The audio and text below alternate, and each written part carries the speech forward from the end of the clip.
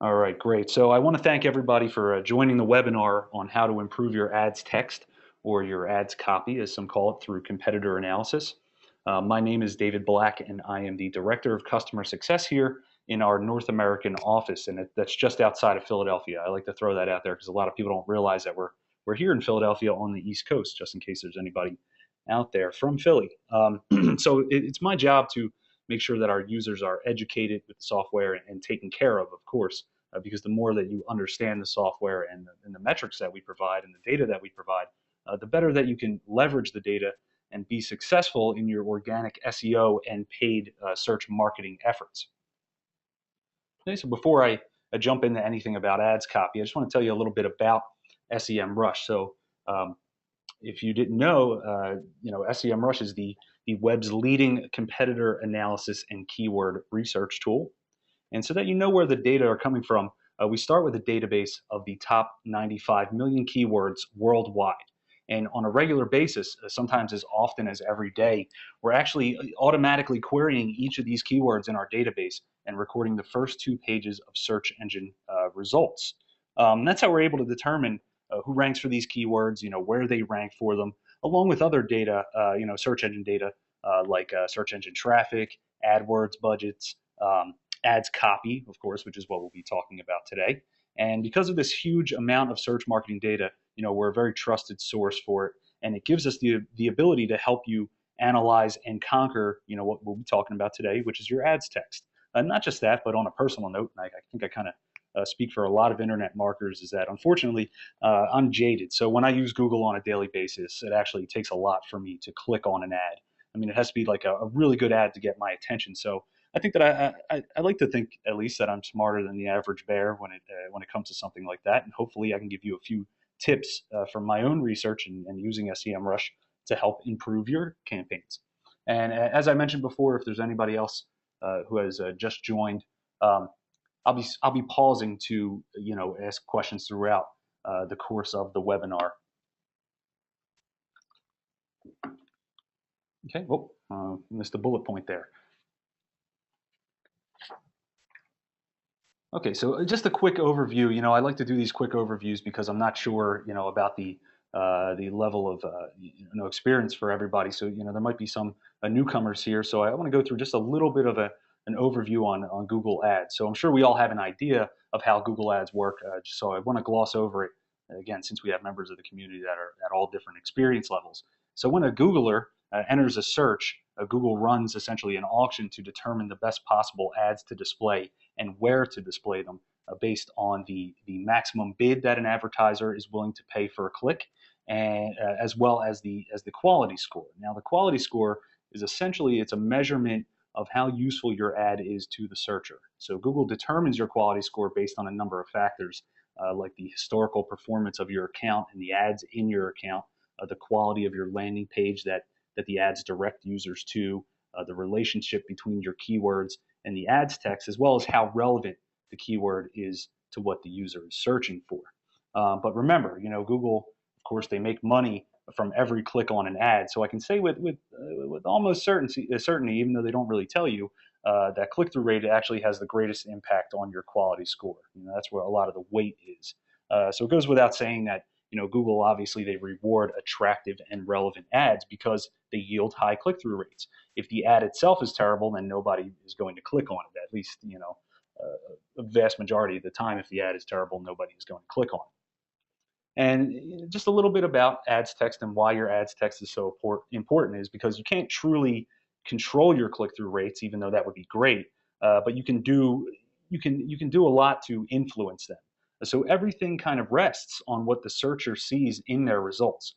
I mean, you get a very little tiny piece of real estate on the Google results page, and less than a few seconds to grab somebody's attention before they're gone. It's probably milliseconds. That's the way the human mind works. We see something, we pick it out, and we sort through it in a matter of milliseconds.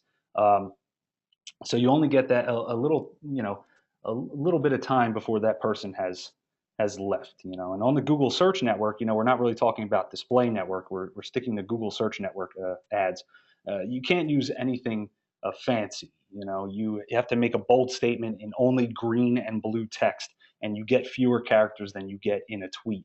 And that's why wording and formatting can really make or break your entire campaign. Um, so there's a multitude of different resources for tips and tricks and creative guides for writing effective ads text, but they all seem to convey the same message, and that message is don't suck, right? I can almost hear Bill Murray saying that in my head as I'm looking at that picture. And I, for one, subscribe to the same school of thought, right? So how to make sure that your ads don't suck, how to write ads that don't suck. So diving deeper into this philosophy of not sucking, there's a number of best practices that you can live by and help make your ads more attractive, right? And being attractive doesn't necessarily mean that your ad has to be aesthetically pleasing, but it does help. There's things that you can do, but it also means that your ad is you could highlight different aspects of your business or your offers that entice the end user and result in conversion. So one thing to remember is that you always want to write with the end user in mind. You're writing to please them, so you have to understand your audience. Now, most people will tell you that you can achieve this by differentiating yourself from your competitors and doing something creative in order to stand out amongst the crowd. But a school of thought comes with that the average person is reading each ad line for line and then kind of deciding what tickles their fancy. But in reality, we know that's not really how it works. So another approach is to, in a sense, run with the pack, because your competitors have already determined what works best through trial and error. And while I subscribe more to this school of thought, I believe that you shouldn't necessarily steal your competitors' ads text. In fact, I believe there's a way that you can happily marry these two ideas and use a tool like SEMrush to analyze your competitors' strategies. You learn from them and create your own ads copy from their experience. Okay, so let's talk about the components of an ad. Here's a little visual aid that I'm sure all of you guys have seen before.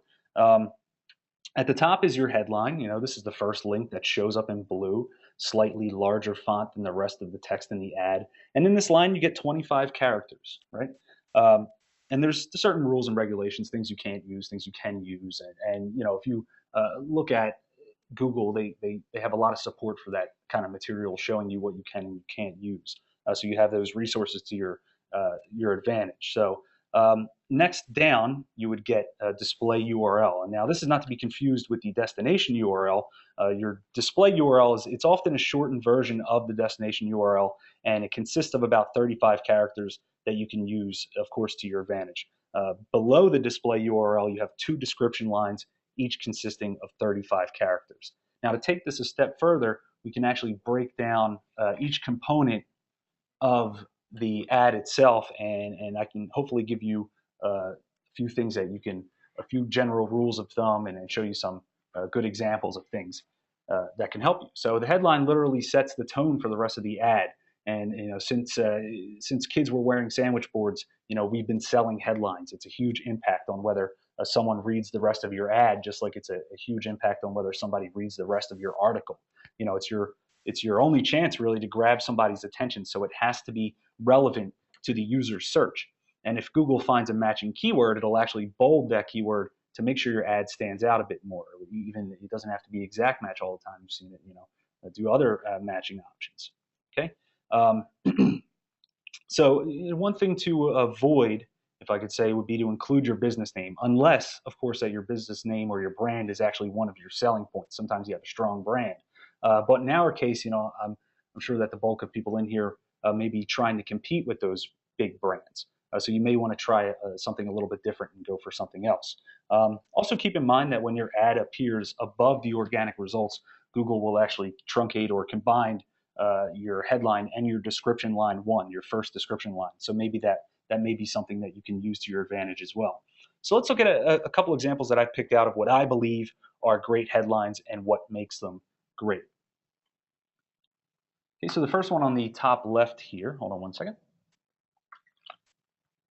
Here's one by kitchenchatters.com. When you search for the keyword shark steam mop, which is a popular mop right now. It stands out amongst the rest of the ads that appear for that keyword because it's literally telling you not to buy the product. Pause, at least until you've read the review, which, as marketers, we all know that this review is probably going to be positive anyway. But They're encouraging the searcher to interrupt the purchasing process and visit their website first, which to me is kind of genius because if someone's looking to buy the Shark steam mop, you see an ad you run across that says don't buy it, because of the nature of the internet and how people get the chance to do comparative shopping, they may be intrigued by that and say, why shouldn't I buy it? They're going to stop there, read the review, and then probably refer to another page from kitchenchatters.com and make their purchase, which ultimately may result in some conversion, some sort of a commission for Kitchen Chatters or something like that. So I feel that's a really good headline. It's almost interruptive. Here's the next one. It's ending my hyperhidrosis. Now, this headline by dermadry.com, it targets searchers, I believe, on a personal level. They kind of set this result up, this ad result, to look more like a person's story about how they solve their problem of hyperhidrosis, which is excessive sweating, which can be debilitating to everybody that suffers from it. But of course, we know that their ad, even if it contains a story, which is probably more like a testimonial for the product, it's still one giant ad in and of itself. So disguising that ad as like a story is a good way to relate to people on a personal, emotional level. Now, here's one that that might catch you off guard. You may not think is a great headline, but I think it's a great headline. This one is on the top right. It simply says, rotate MP4 video 90 degrees. Now, this is Wondershare.com's headline for their video software addresses a common issue that beginners often face, when they're doing their video editing. So they know, Wondershare.com knows that when someone needs to learn how to do something, they often go to look for these tutorials. They look at something that best suits them. Their eyes quickly scan the page. They want to figure out how to do something, and then they bounce, right?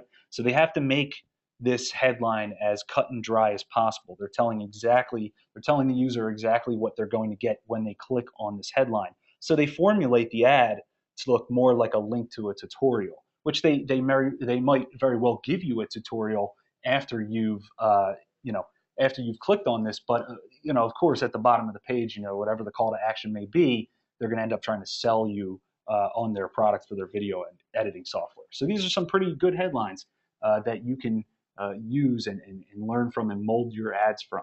So now moving on to the descriptions. It can be really difficult to capture everything about your product in the amount of characters that you have, especially when you have just one character too many. I don't know how many times I've actually, in the process of setting something up, have tried to type these headlines or these descriptions, and I'm just one little character off. I'm trying to fit like the letter Y in there, and it's extremely frustrating. So you have to be really creative, and you have to be really, really concise. So one thing is to keep in mind is to try to focus on something that might be beneficial to the person looking at your ad. For example, like including statistics about your service. It helps solidify trust, and it also uses a combination of numbers and ASCII characters to help your ad stand out. And I'll show you a little bit an example of that in just a moment. So, how do you know what aspect of your business to, or what facet of your product to kind of bring to light?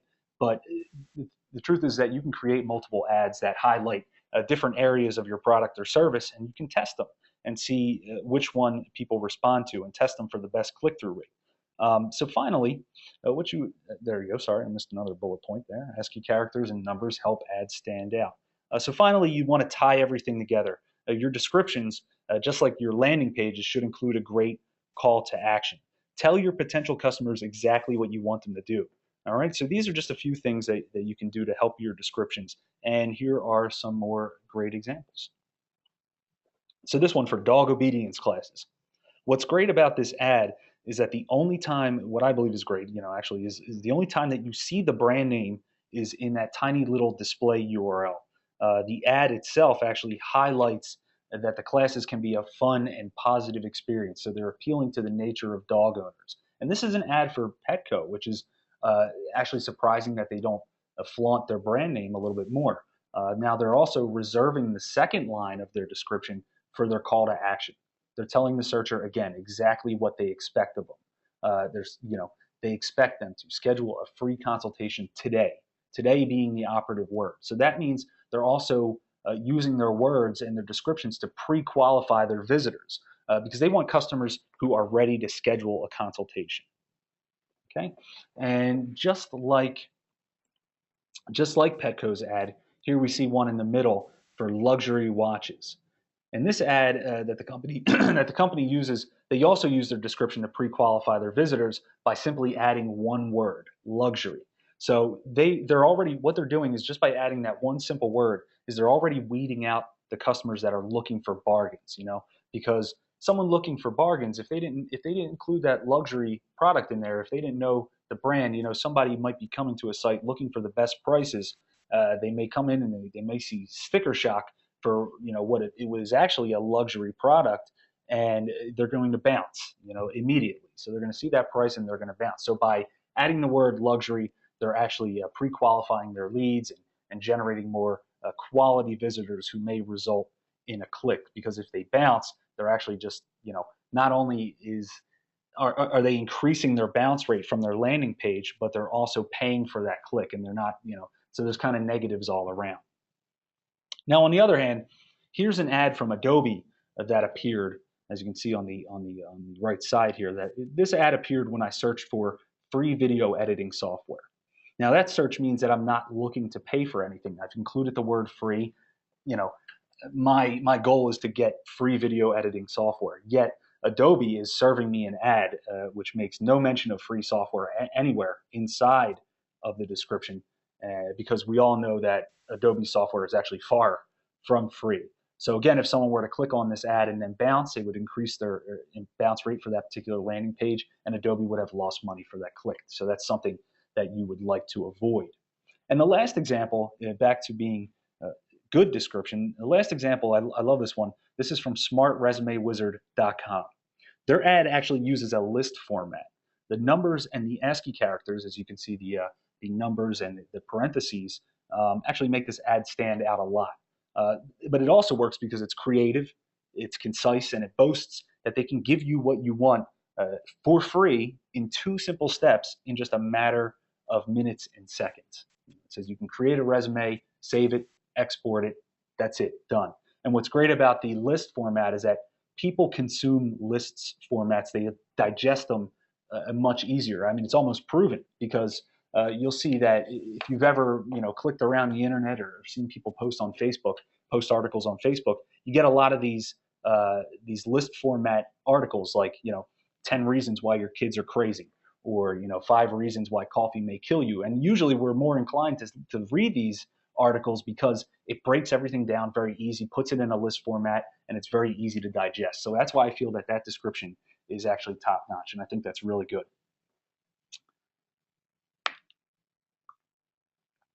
Sorry, you may hear me take a sip of my water from time to time. So now moving on to the display URLs. In my opinion, again, I'm jaded, but the benefit of URLs can be debated. Personally, even when an ad grabs my attention, I'm not really paying close attention to the display URL anyway, but that's just me, because I already know that link can take me pretty much anywhere. Never actually heard anybody say, wow, this ad has a great display URL, but it's not necessarily the case. It's just one of those things that's there on a subconscious level. So I can't deny that the display URL is great for reinforcing trust in an ad. If the searcher sees a display URL that says, website.com/jackets when they're searching for boots, you're going to miss out on some potential customers. It's possible that you may miss out on some potential customers. So it's always best to choose a display URL that's relevant to the user intent. If users are searching for boots, they may be more inclined to click on an ad that shows they'll be taken to website.com/boots or boots.website.com. There's a number of possibilities. So, test them, and test them again, and see how it affects your click-through rate. There isn't a lot, unfortunately, to show in the way of URLs. I'm sure you guys get the idea. But one thing I can suggest is to read about dynamic keyword insertion. Google, again, has a lot of information on dynamic keyword insertion right in their AdWords manuals. And what this allows you to do, just in a nutshell, is it allows you to alter the URL, the display URL, or actually any part of your ad to more closely match the searcher's query. So you may have in the past, whether it be 6 months ago or a year ago, I forget what it was, you may have been searching online for anything and an ad for ebay.com pops up, and they were the silliest ads you've ever seen. You could search for dismembered body parts, and it would come up saying, buy dismembered body parts on eBay. And that was a real gross misuse of dynamic keyword insertion, and it cost them a lot of money. And they really failed miserably in their efforts with that. But when done correctly and done tastefully, a dynamic keyword insertion can be really effective for your campaign. So I would definitely urge you to try that out. Okay, so I think that's about it for the presentation portion of this. I would love to open it up for any questions right now before I jump into the demo section to show you how to use SEMrush for the sake of your ads text and your competitor analysis. So if anybody has any questions, feel free to type them in now, and I'll scan through them and see what we got and hopefully answer them for you.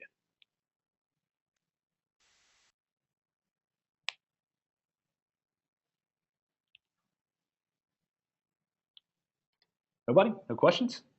Got one question here, but it's old. Oh, okay, here we go. Right. Okay. So on the ads list with the ad example that was in list format, what happens when the headline and the description are combined? Yes, that may look a little funny, but you have to remember that sometimes you're not only optimizing your ads text and everything like that. You're also optimizing where you want the ad to appear. So sometimes people may actually benefit more depending on the search itself to appear on the right-hand side of the organic results, not necessarily the top, because the top three results, it's going to get combined and truncated to appear as one line. And you're right, that would look a little weird, but maybe that company is seeing a lot of click-through in terms of where their ad is appearing. Did I lose anybody there for a second? I just want to say that again. I got what looked like a little interruption.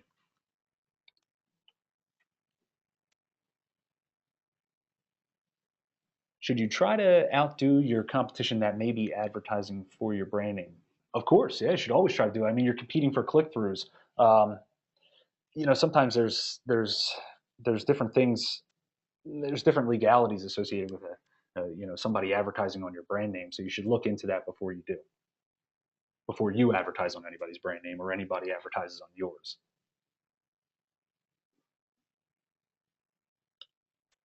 As of right now, someone asked, Frederick asked, is there a differentiation between desktop and mobile? Can SEMrush help? Well, actually, right now, SEMrush is showing just desktop for right now. I appreciate you asking that question.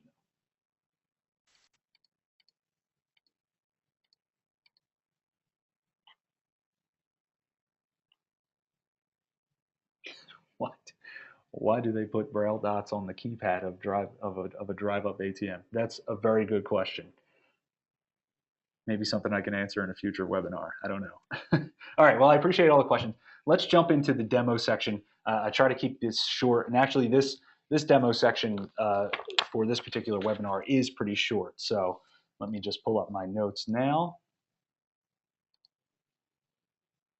Okay, so you guys should be able to see my dashboard right now in SEMrush. So this is what I see when I first log in. And what you have the ability to do, there's a number of different places that you can find advertising text, ads copy in SEMrush, right?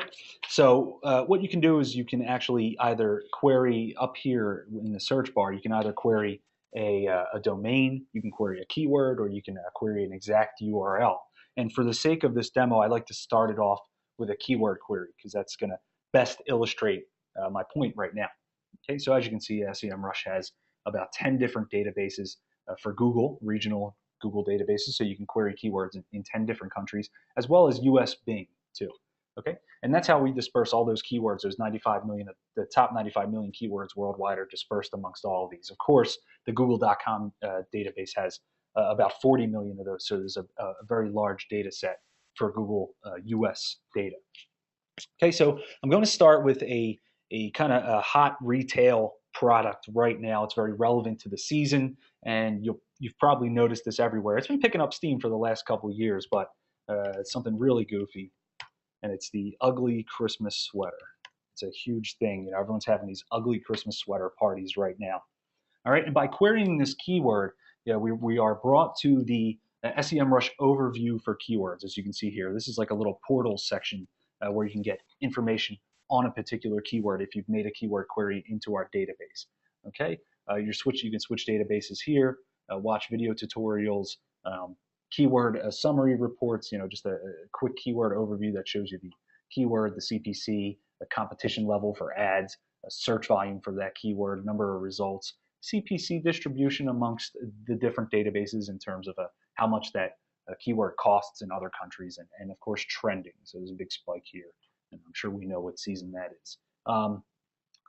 We're not really here for the keyword research portion of it, but I just wanted to gloss over that real quick. So you also have your phrase match and your related keywords report. And again, we are here for ads text, so we really don't need to see, but I did want to point out that because we're recording search engine results pages, we're able to parse that and basically dissect it and pull it apart and cross-reference it and reverse engineer it in order to come up with a lot of these metrics that you see. And that's how we're able to determine who ranks for these keywords and where. So there are kind of two ways to go about it. This is organic results, but what we want to focus on are the ads results down here.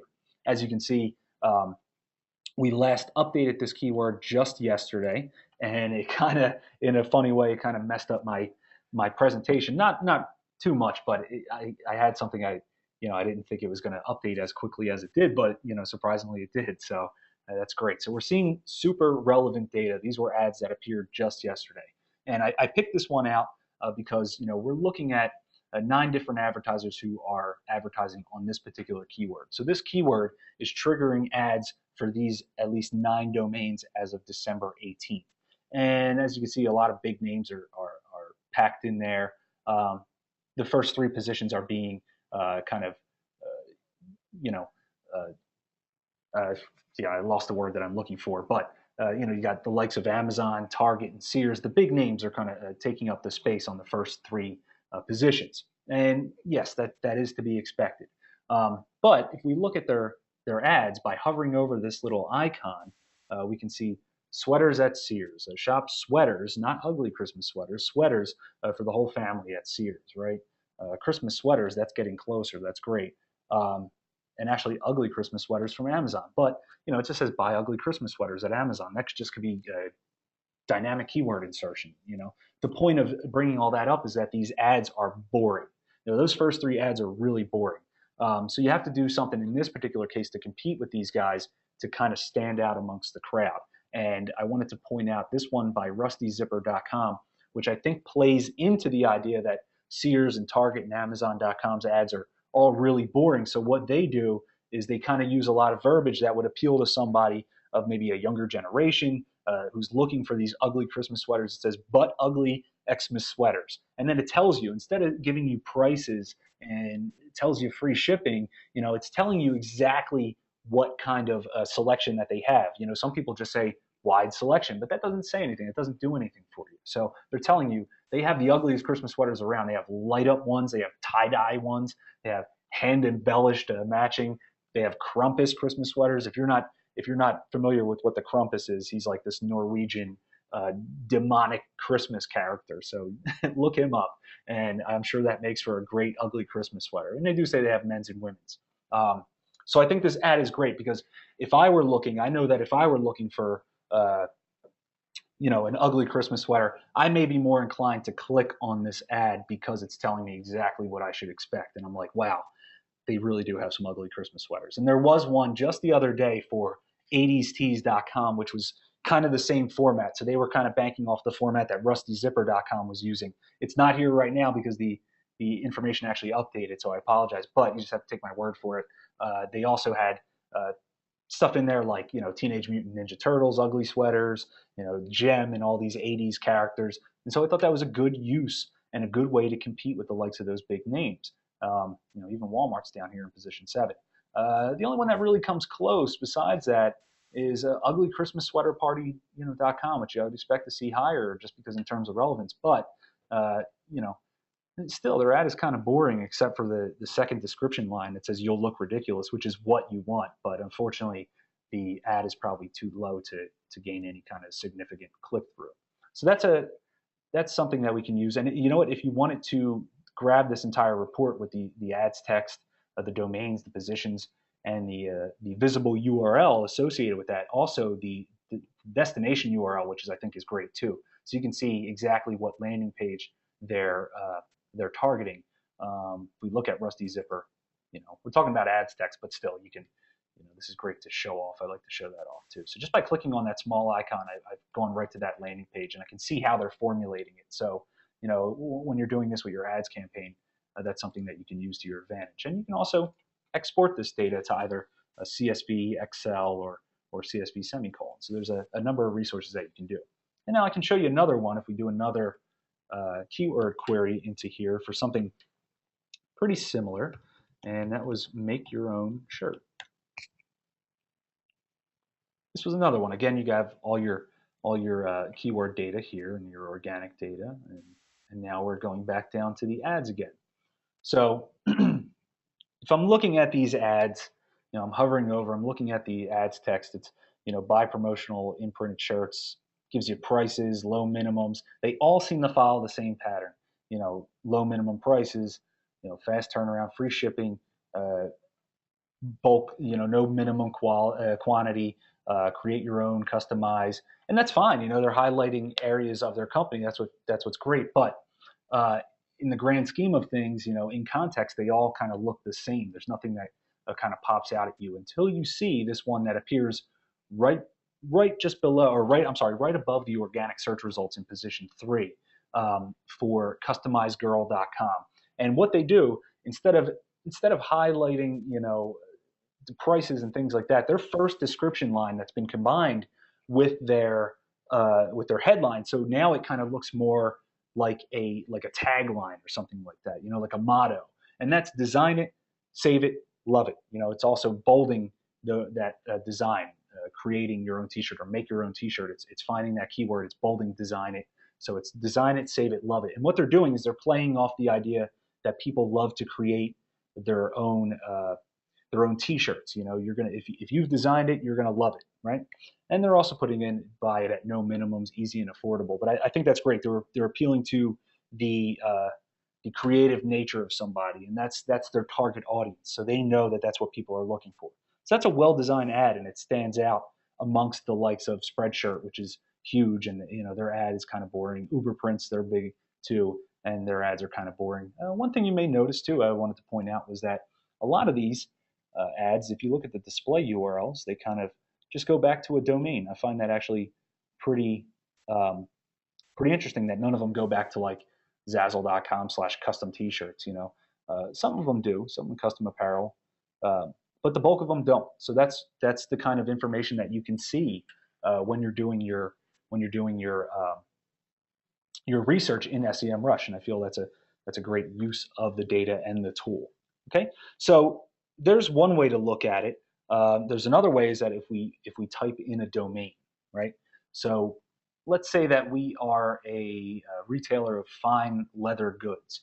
A domain called saddlebackleather.com may be one of our competitors, right? So we want to see how they formulate their ads. Saddlebackleather.com.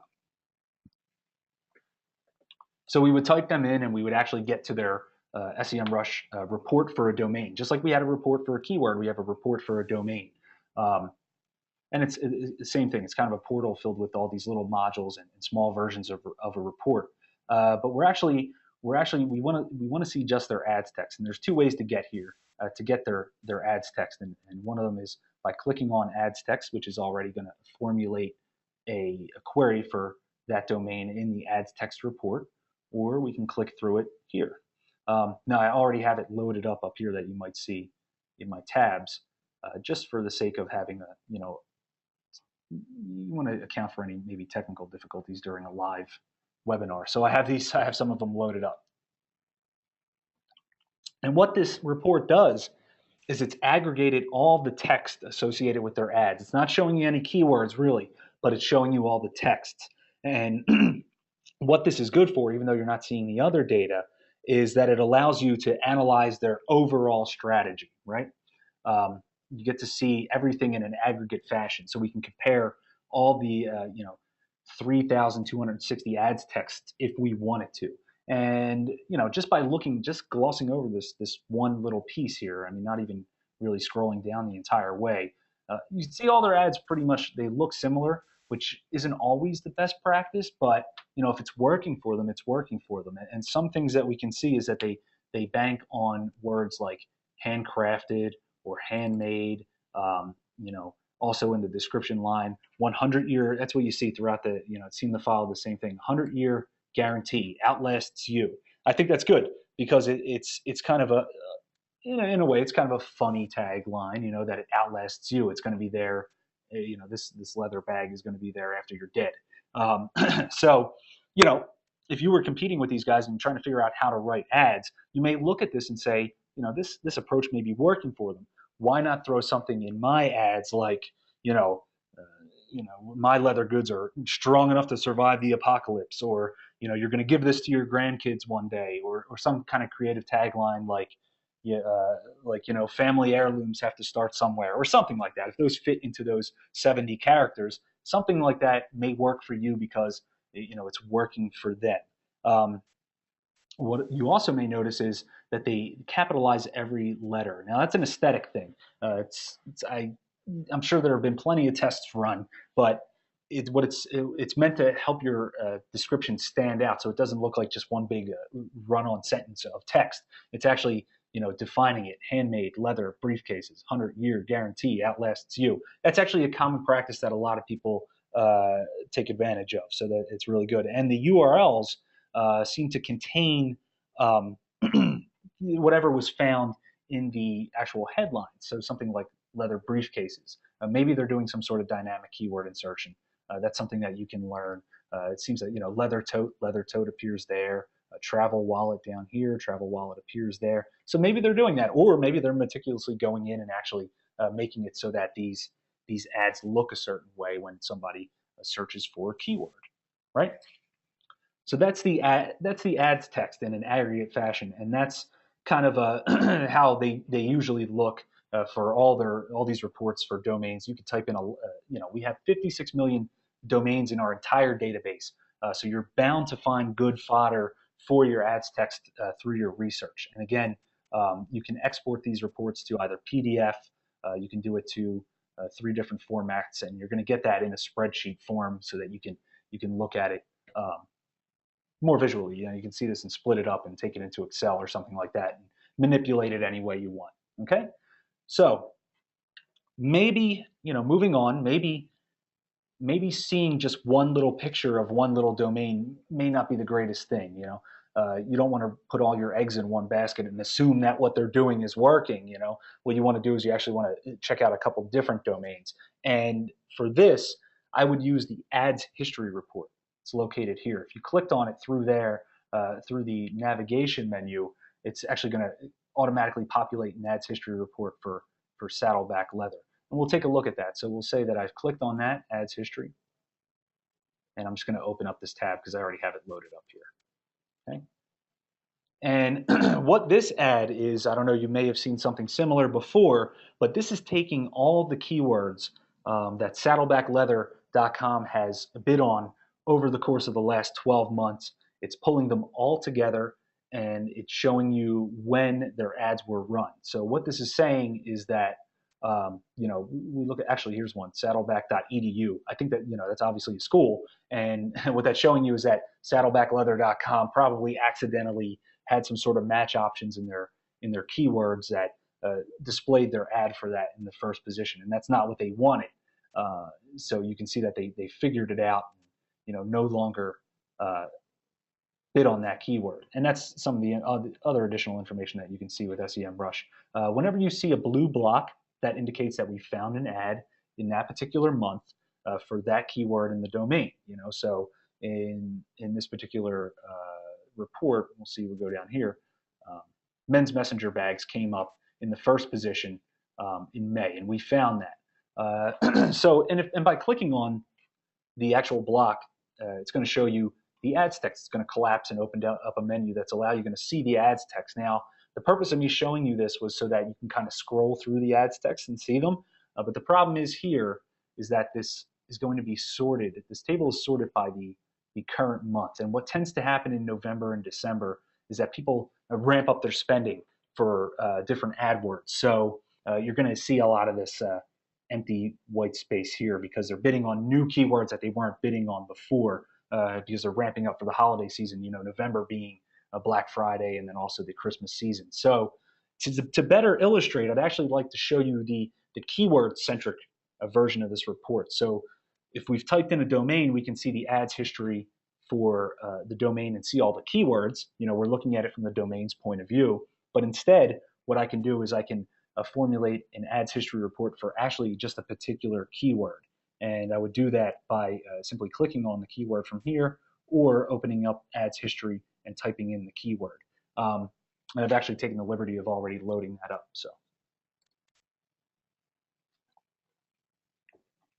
And I'm going to do that, as you can see here, for the keyword leather backpack. So just like it's the adverse of the other report we were looking at, and we have a lot more data to play with here because we're looking at all the domains that have bid on this keyword over the last 12 months. And what this report is great for is being able to see who's bidding on this keyword, how often they're bidding on it, what positions they're ranking on, so whether if they continue to bid on this keyword throughout the course of a year or very often, then it's converting for them, because it's not likely that somebody's going to bid on a keyword that's not converting for them. Maybe like pronto.com maybe didn't see any ROI on this keyword.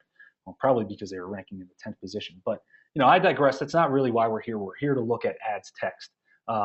So some of the interesting ones that I found, we can actually collapse a bunch of different menus in here and look at the ads text of all different domains for this particular keyword. So when you're getting your ads groups together, you can look at a keyword, a generalized keyword, or maybe the most popular keyword in your ads group, and get a sense of what kind of ad you should write. Okay, and you can actually scan through by clicking on all the ads that are being run for this particular keyword by the domain throughout the course of the last 12 months again. Okay, so we can see what kind of offers people are offering throughout the year, 40% up to 40%. So that maybe that would even allow you to forecast your discounts and your deals for the next 2014 year or 2015. And then you can open up multiple ones. So here we go. This is the Saddleback leather. We can see how their ads text is changing. Oops, sorry. We can see how the ads text is changing for their particular ad for this. Also, we can see that Next Tag also purchases this keyword or bids on this keyword. Get your leather backpack for less. You can see what other people are doing. I think that's great because it gives you a better idea. It gives you a larger scope of information to consume and to analyze and to learn from. Let's see. One of the ones that I was kind of impressed by here, in leatherology, they bid on this keyword, as you can see, throughout the entire year. Great prices on leather backpacks, wide variety. And look, if you look in February, they've altered the text to show you high quality. They're using words like high quality, leather backpacks, great prices, ships free. So they fit all that in there, but they're using words like high quality, designer over here in May. They're using designer language like this, and verbiage like that is pre-qualifying their leads. It's probably keeping their bounce rates very low because people are getting what they want. Leatherology seems to have just picked up this keyword. We're seeing how their ads text looks. We can see, the display URLs of multiple domains. How are they doing it? Leather backpacks, backpack. So you're seeing different things. Here's one. This is one that I stumbled on. This is a great use of the display URL. Okay. Here's one for TuscanyLeather.it. So maybe something in the past happened where people were looking up leather backpack and TuscanyLeather.it, which is an Italian domain, was bidding on this keyword, but maybe they weren't seeing good conversion or maybe weren't seeing good click-through rate, and they've chalked it up to their URL. Because if I'm searching from the U.S., although Italian leather, that's where you go for leather, really. But maybe a searcher may be hesitant, or a potential customer may be hesitant to order from an Italian domain because they don't really know where the goods are coming from, how long it's going to take. I know how many times you've ordered something on Amazon and just to find out it's coming from China and it takes about a month. So people may have been hesitant to click through. So what they did is they've altered their URL to kind of show this extension to it. So that's EN. That's indicating that you're going to be taken to an English version of the site. Maybe trying to reinforce that your products are going to ship from somewhere, maybe local in the United States, domestic. That's the word I'm looking for. And yeah, I think that's a great use. And maybe they saw some sort of increase because they still continue to bid on that keyword. So it's doing something, and it's doing something right. Now, before I navigate away from this, so that's the idea of the ads text report, or I'm sorry, the ads history report. And I think that's a great report. People love that. But before I navigate away from SEMrush altogether, I want to show you the positions report. That's our classic advertising positions report. So I'm going to jump back to this particular, we're looking at saddlebackleather.com again, and we're seeing their domain overview, which is giving you a lot of their statistics about traffic and analysis, and it's that portal that's going to take you to larger reports. Again, you can watch video tutorials. That's great. If you want, you have access to historical data so that you can see how these reports appear from month to month. But again, we're looking at ads, so I'm going to click through to their ads keywords. And this is showing you actually all the keywords, not just the ads text. These are the keywords that are triggering these ads. And this is a great way to get an idea for your ads groups and things like that. But I wanted to point it out because we also include this column that shows you not just the keywords, but what keywords are triggering said ads, And this is great because, you're getting the position that they appeared in, the keyword itself, keyword data like search volumes, cost per click, the visible URLs, the display URLs associated with their ads. Again, clicking on this icon will actually take you to that particular landing page of the destination URL, so you can kind of go in and analyze how they're formulating their landing pages, how their landing pages are optimized. You're seeing the traffic percentage. That's that percentage of that total overall traffic being driven by this particular keyword as SEMrush estimates, and we do a very good job of estimating that kind of stuff. That's something that we're known for. And not only just traffic percentages, but cost percentages. That's the percentage of the budget that's allocated towards this particular keyword and ad. That's telling you, if our ads traffic price up here is 6,145, it's saying that the cost of that particular ad is almost 8.5% of their entire AdWords budget. Not entire AdWords budget, but the AdWords budget for these 3,000 some keywords that we're seeing in their report. And I just wanted to show you that. I think that's another great thing. You can filter this report and only include keywords with a certain position or a certain volume before exporting to something like CSV, Excel, or even PDF. So again, I think that's great. And before I finish and wrap everything off, I also want to tell you that, and this will probably be a good topic for a future webinar. So stay tuned. But if you're looking into AdSense or wondering if you should start moving into AdSense, we also offer a lot of data on this too. So we actually go out and we find this data for desktop and mobile and iPad, and Apple and Android, and we can actually aggregate all this data. And if that's something you guys are interested in seeing an entire webinar about this particular topic, feel free to write us in and let me know. But you always have access to SEMrush's data, and you can decide whether to embark on a journey into AdSense with this kind of information. Okay, so before I navigate away, once again, I just want to gloss over a couple more questions, if you have any. Let's see if there's any that I missed. Hold on one second. Yeah, SEMrush did have the data for Facebook. It was a while back. Unfortunately, we had to kind of get rid of it. Just how that's the game you play with Facebook. But that's why we kind of devoted that software and that idea of what we were doing and what we were building and turned it into AdSense, which I think is kind of even better, So now not only we're not only carrying a display network stuff, but also no, I'm sorry, not only search network stuff, but also display network stuff too.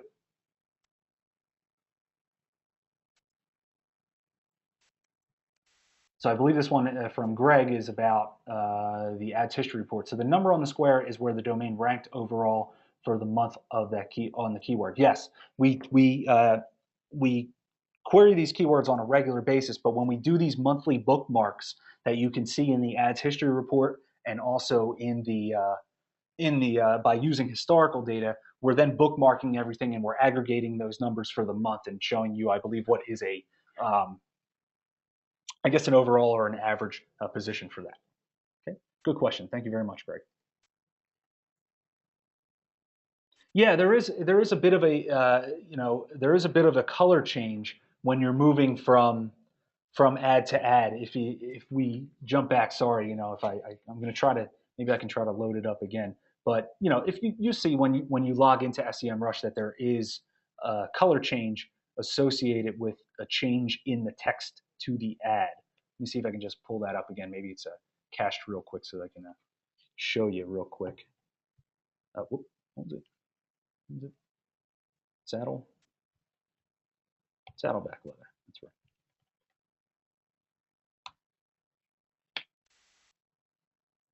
Oh, good, good. We pulled it up.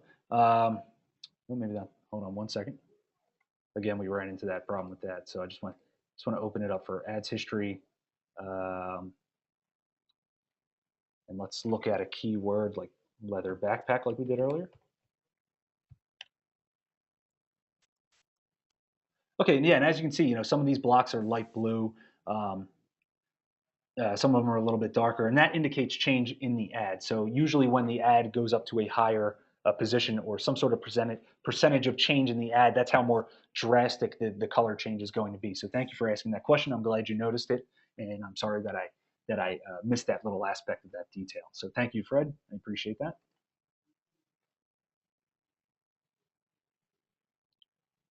AdSense data, uh, Kevin asks, is AdSense data for everything, not just the keyword or the domain? Usually you're querying for the AdSense data, you're actually querying the domain. You're not doing a keyword because we're not aggregating, we're not pulling this data together on a keyword level or a contextual targeting level. We're actually just doing it by the domain. We're looking for AdSense advertisers and publishers and data about publishing. And how often people publish, how many ads they're serving, that kind of information. So you're looking at trending in terms of that. Thank you, Kevin. Is Bing data is Bing data also as detailed as Google data? The data, the metrics are still there. All the metrics are the same. Um, but the Bing database as of right now, because obviously it's due to demand. There's not a lot of demand for the Bing database as of right now. But if you guys are interested in Bing, let us know. We're always listening.